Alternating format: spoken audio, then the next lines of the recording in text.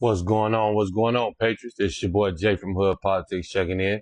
And y'all know how we start each and every one of them off, sending our thoughts and prayers out to my man Gen X MAGA, to Texas, the Carolinas, New Mexico, that beautiful baby girl who lost her life at Hershey's Water Park, the family and friends of those who got caught up in that mass shooting, the family and friends of those who got caught up in those two accidents, that bus, as well as that truck driver accident, and the families and friends of those fallen officers in Utah and in Georgia. Hey man, I just want to say, I want to start this one off like first of all, it's a breath of fresh air. You know what I'm saying? To have a vice president who know how to articulate himself. You know what I'm saying? Instead of throwing out word salads like Miss Kamala Harris did for whenever she popped out. You know what I mean? Whenever they let her out the basement. You know what I'm saying? So, and another thing, I don't know what is it that the mainstream media and the left, what do they want from President Trump as far as Putin? Do they want him to like disrespect the man in public or something? Like, do they just want him to G-check him on national TV so they can feel like, oh, President Trump is doing his thing and yada, yada, yada, blah, blah. No, that's not how diplomacy works. You know what I'm saying? These people, I don't know if they just hate President Trump or hate everybody, man. But man, let's just get into it. Watch how she try to press JD. But JD old school, JD OG. You know what I'm saying? From the trailer park. So that's why I love JD. JD straight out the hood, man. He out the white boy hood. You know what I mean? So JD about that life. Let's get into it. Vice President J.D. Vance, welcome back to Meet the Press. Thank you. Welcome to my home. It's good to have you. Thank you. It's wonderful to be here, and we really appreciate the time with you. We have a lot of topics to get to, but I do want to start with some breaking news. We've learned that the FBI is searching the home of former Ambassador John Bolton, his office as well. Sure. Can you tell me, why is the FBI raiding Ambassador Bolton's home and office, and did the White House get a heads up?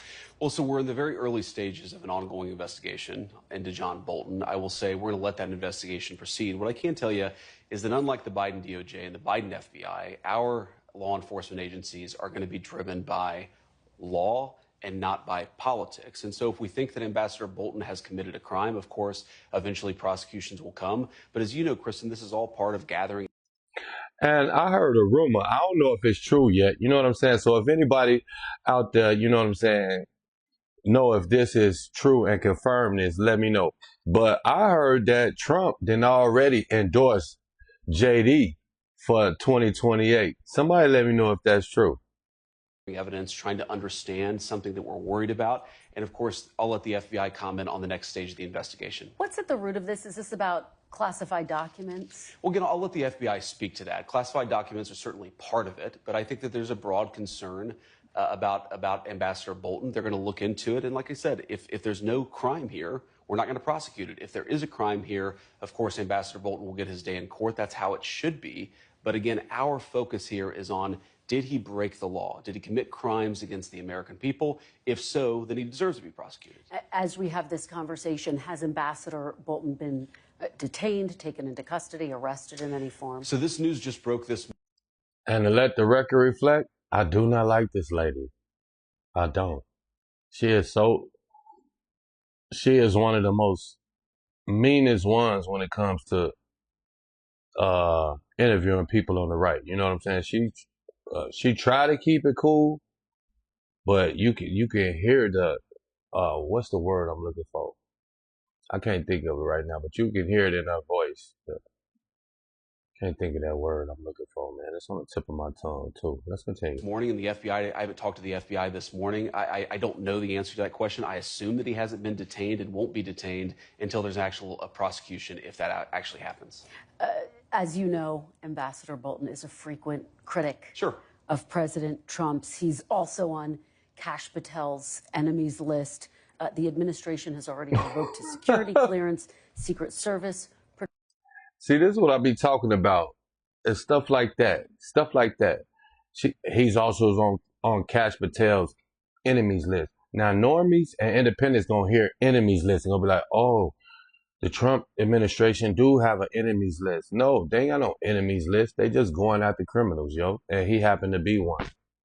Protection. Is Ambassador Bolton being targeted because he's a critic of President Trump? No, not at all. And in fact, if we were trying to do that, we would just throw out prosecutions willy-nilly like the Biden administration DOJ And did. those Prosecutions that later got those are thrown out not of court. facts, people. If we Those bring are a my case, of course, they opinions. haven't I done that feel like yet. The he Department is of a Justice criminal. has not done that yet. That's We're opinion. It's investigating not a Ambassador fact. Bolton, but if they ultimately bring a case, it will be because they determine that he has broken the law. We're going to be careful about that. We're going to be deliberate about that because we don't think that we should throw people, even if they disagree with us politically, maybe especially if they disagree with us politically. You shouldn't throw people willy-nilly in prison. You should let the law drive these determinations, and that's what we're doing. But you know, a lot of people have already looked at this and said this looks a lot like retribution. Is this retribution? Well, who has said it looks a lot like retribution, Kristen? A lot of people who tried to throw Donald Trump in prison for completely fake charges that were later thrown out by multiple different courts.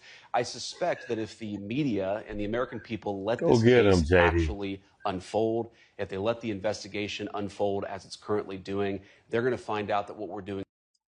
See, this right here, people, you are witnessing the difference between competence and incompetence. We just had a very incompetent administration running, and now we got a bunch of very intelligent people who know how to speak and know how to articulate every thought and know how to hit these questions back very intelligently and shut these people down. And that's what I love about the Trump and his picks and his administration, man. Is being very deliberate and being very driven by the national interest and by the law here, and that's as it should be. Let's turn to the war in Ukraine. Sure. I had the opportunity to speak with the Russian foreign minister. I heard. Yes, he says, as of right now, there's no meeting planned between President Putin and President Zelensky. And he added, there needs to be an agenda first, saying, quote, this agenda is not ready at all. Are the Russians stringing President Trump along? No, not at all, Kristen. I think the Russians have made significant concessions to President Trump for the first time in 3.5 years of this conflict.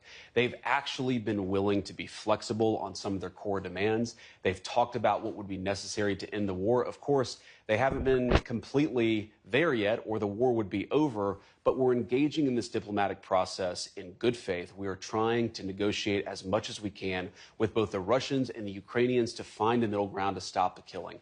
I think what the president has tried to do here is try to engage in very aggressive, very energetic diplomacy because this war is not in anyone's interest. It's not in Europe or the United States' interest. We don't think it's in Russia or Ukraine's interest to keep going. So we're going to keep on pushing for a diplomatic solution. And one final point about this, Kristen, if you look historically, whenever you have a complicated war with a lot of death and destruction, it kind of goes in fits and starts. There are hills and valleys to the negotiation.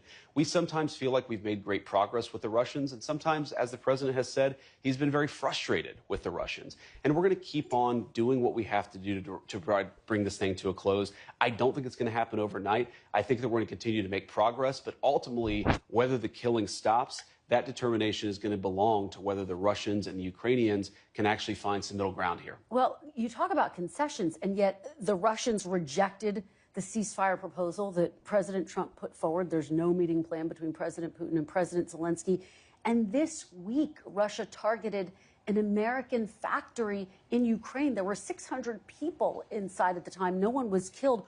What makes you think President Putin is serious about peace? Well, I didn't say they conceded on everything, but what they have conceded is the recognition that Ukraine will have territorial integrity after the war. They've recognized that they're not going to be able to install a puppet regime in Kiev. That was, of course, Why is it an American factory in Ukraine? What is being produced at that American factory? And why did they be targeted? Those are questions that we need to find out about that. You know what I mean? I mean, I ain't tripping. You know what I'm saying? Because it's war, and that's just a casualty of war. But those are good questions. What U.S. factory is in Ukraine that got targeted in a war?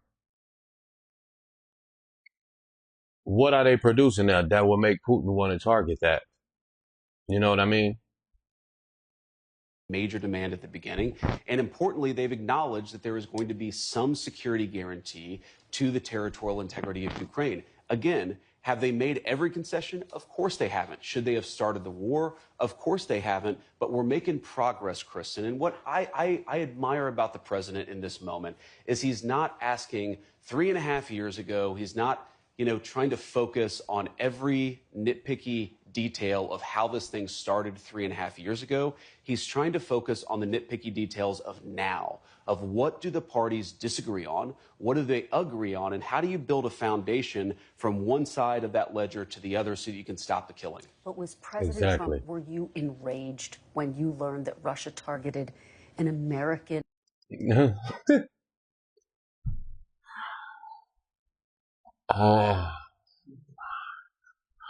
See, this is the stuff that irritates me. This feelings crap. I'm going to keep it friendly. It's Sunday. You know what I mean? So I'm definitely going to keep it family friendly in respect of our Lord and Savior, Jesus Christ. But this is the crap that really, really aggravates my soul as a human being, as an OG, as a used to be Pookie. This feelings. What is it with these feelings? What is with feelings now? Were you enraged? Would you condemned? What is with all that? None of that stuff matters. People are dying and we're trying to figure out how to stop it. So how did he feel about it, or how did President Trump, what is with these feelings? Can somebody out here in the chat, somebody please tell me, what is it with these feelings and these new generations and this feelings crap, man? Because it is so heartbreaking, yo. Like, literally, man. Our country has become so soft, man. And I was looking at something the other day talking about how the testosterone levels of the men in America have dropped over the decades. And you can see it. You can see it, man. This is insane, man. But JD know how to handle it. You know what I'm saying? Let's get back into it. Company based in Ukraine? I don't like it, not a slap Kristen. in the face I to don't. the peace I don't process? like it, Kristen. But this is a war, and this is why we want to Facts. stop the killing. The Russians have done a lot Facts. of things that we don't like. A lot of civilians have died. We've condemned that stuff from the get-go, and frankly, President Trump has done more to apply pressure and to apply economic leverage to the Russians, certainly than Joe Biden did for 3.5 years when he did nothing but talk, but do nothing to bring the killing to a stop. So you ask me what I'm enraged by. What I'm enraged by is the continuation of the war.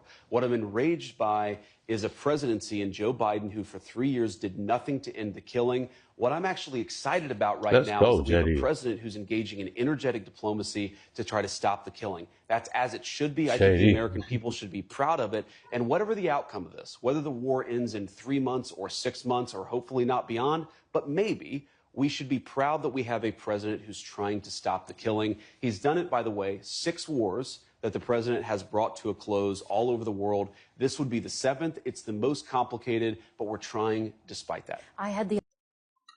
Yeah, buddy. See, that's what I'm talking about.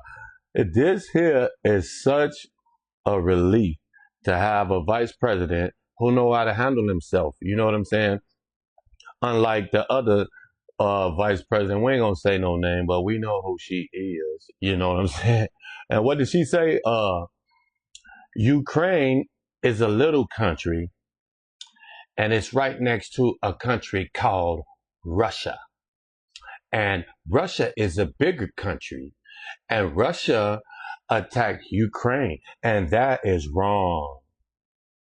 Really? That's the lady that y'all tried to put at the helm of my country. I would have never let that happen, yo. I would have never let that happen, bro. That is insane that y'all would even think to put a female with that much incompetency in office, yo. You know what I mean? Like, am I opposed to a female president? And it's ups and downs about it. You know what I mean? Sorry, ladies, but y'all can get in y'all feelings sometimes, and y'all holding nuclear codes. You know what I mean? But if it is one, give me a G.I. Jane type chick. You know what I mean? give me no, Ukraine is a little country and Russia's a big country and the big country has the little country and, that's wrong. Could you imagine her at the G7 with world leaders? You think that French president was yelling and standing all over Biden at the G7?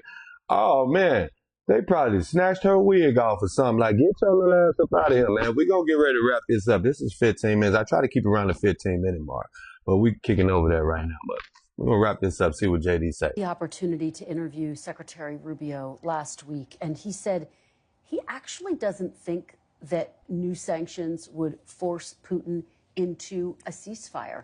Are sanctions now off the table, Mr. Vice President? The sanctions aren't off the table, but we're going to make these determinations on a case-by-case basis. What do we think is actually going to exert? See, this how you know either she is evil or stupid. You know what I'm saying? I was going to say unintelligent, but I'm tired of calling these people unintelligent. You know what I'm saying? Because what do they want? What they want is they want President Trump to slap 175% tariffs and stuff like that on Russia, like he was threatening to do with China. That's what they want. They want that to happen for real.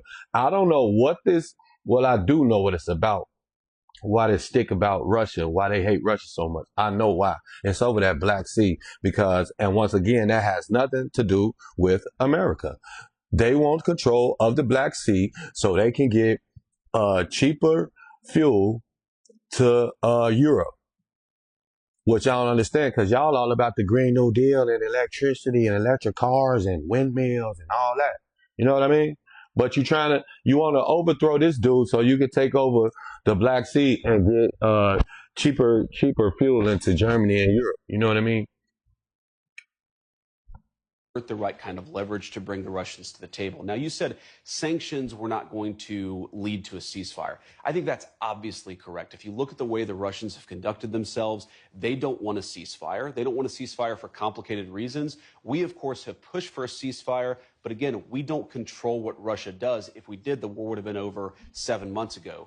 What we do believe, though, is that we continue to have a lot of cards. The President of the United States has a lot of cards left to play to apply pressure to try to bring this conflict to a close. And that's what we're going to do. You take me to my next question. Where exactly is the pressure on Russia to do anything if you're not right now imposing new sanctions? How do you get them to a place of... New sanctions is not going to work. We already got sanctions. We sanctioned their ass up to the neck. We already sanctioned India because India keep buying oil from them, which he's about to stipulate right now.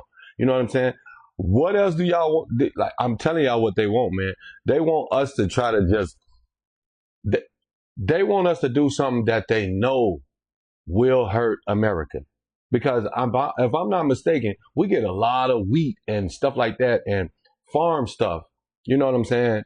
From Russia, if I'm not mistaken. If anybody out there and I am mistaken, please correct me. You know what I'm saying? And she know that will hurt our farmers. You know what I'm saying? So I don't even know why she even going here with this line of questioning right now. Getting to the table with Zelensky and stopping to drop bombs. But Kristen, I think that question betrays a fundamental misunderstanding of where we are. The president has applied aggressive economic leverage, for example, the secondary tariffs on India, to try to make it harder for the Russians to get rich from their oil economy. He's tried to make it clear that Russia can be reinvited into the world economy if they stop the killing, but they're going to continue to be isolated if they don't stop the killing. The president has applied more economic pressure to the Russians to stop this war than Biden did in 3 years. You know, so the idea that we're not doing anything, we're already doing things right now, and this is how negotiation works. You do something, you talk to the parties, you try to see if there's a meeting of minds. Again, we believe we've already seen some significant concessions from both sides just in the last few weeks. We're going to eventually be successful, or we'll hit a brick wall. And if we hit a brick wall, then we're going to continue this process of negotiation, of applying leverage. This is the energetic diplomacy that's going to bring this war to a close. I hear what you're saying about India. China is actually the largest buyer of Russian oil. They're close. They're about equal. Why no sanctions on China? Well, obviously, we have a 54% tariff on the PRC right now. So we've already applied pretty hefty sanctions on the Chinese, and we've had a number of conversations at all levels of government to try to encourage the Chinese to be better partners. She trying to indicate that America is scared of China. You know what I'm saying? Hey, I'm about done with this chick. You know what I mean? So, this your boy, man, and I just wanted to put this out here just to show everybody a real VP. You know what I'm saying? And probably the next president of the United States. You know what I'm saying? And how he gets down, that OG from the trailer park, man. This your boy Jay from Hood Politics checking in, and I'm checking out. Y'all know how we do it. Till next time.